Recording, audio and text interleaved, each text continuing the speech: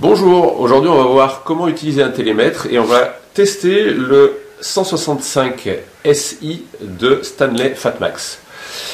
Alors utiliser un télémètre c'est extrêmement pratique quand on travaille seul sur un chantier et puis pour plein de choses, on va le voir. Quand on a des très grandes distances, quand on veut mesurer des hauteurs sur lesquelles on n'a pas accès avec un mètre, on teste tout ça. Alors là, on voit l'écran de contrôle du télémètre, on verra les différentes fonctions. Si je fais la première mesure que je veux faire, donc entre deux espaces, je vais donc appuyer, mon point laser va aller toucher le mur en face, et je rappuie pour obtenir ma mesure, qui nous donne une mesure extrêmement précise en mètres, puisqu'on a sélectionné l'option mètre. Alors là, on a le bouton d'allumage de l'écran. Ensuite, on a les différentes fonctions, paramètres de réglage, on peut le connecter en Bluetooth, on peut choisir les mètres ou les inches,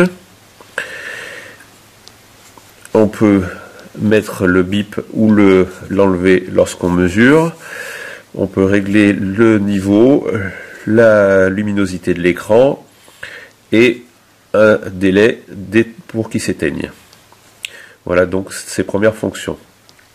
Sur le mètre, on a donc la possibilité de décider si notre télémètre va mesurer du bas, du haut du télémètre, du milieu du télémètre ou de l'ergot qu'on sort pour faire les mesures dans les angles.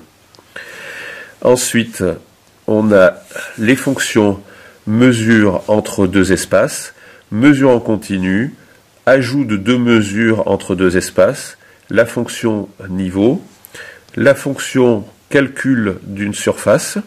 Pour faire le calcul de mètre carré d'une pièce, on va en premier mesurer notre largeur, puis la longueur, et on obtient donc la surface de notre espace. On fait exactement la même chose pour le volume, sauf qu'on va rajouter la hauteur de la pièce. Alors quand on doit faire une mesure dans un angle, on a ce petit ergot qui sort et qui va permettre de se mettre dans l'angle et de faire notre mesure. Alors bien sûr, on aura sélectionné sur notre écran la fonction avec ergot pour être sûr que notre mesure est bonne. Alors quand on a une mesure à faire, par exemple comme ça sous charpente avec une grande hauteur, le télémètre est vraiment l'outil parfait. Alors pour déterminer la hauteur d'un bâtiment, quand on n'a pas accès, on a ces trois fonctions là. La première fonction là, ça va être quand vous êtes au niveau du sol et que vous allez prendre un point au sol et un point au sommet, ça va vous calculer la hauteur. Là en l'occurrence, on va tester cette fonction là qui va nous permettre à hauteur d'homme de prendre le haut et le bas et de nous donner la hauteur totale du bâtiment. La fonction 3, elle, permet de faire un relevé avec 3 points sur la façade. Le premier point que je vais prendre, c'est celui en bas. Le deuxième point que je vais prendre est en haut du mur. Voilà la hauteur obtenue, 10,36 m. Voilà l'exemple typique pour pourquoi utiliser Pythagore, parce que là, si je me mets en dessous, je ne peux pas mesurer à cause du plancher, je ne peux pas mesurer ma hauteur de mur. Donc, grâce à la fonction Pythagore, je sais que mon mur est à 10,36 m.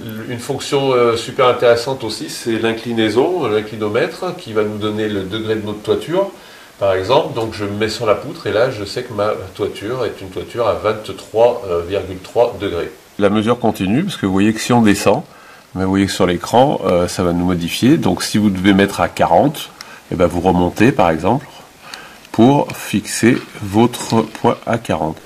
Et puis dernière fonction que je voulais vous montrer, qui est assez intéressante aussi, c'est que, alors bien sûr ça ne vaut pas un grand niveau, mais ça vous permet quand même déjà de savoir, quand vous posez quelque chose, si vous êtes à peu près bon au niveau. J'espère que ce petit test du télémètre vous aura donné une bonne idée de ce qu'on peut faire avec. C'est un outil extrêmement utile, je vous laisse essayer, vous verrez, ça change vraiment la vie. A très bientôt, salut!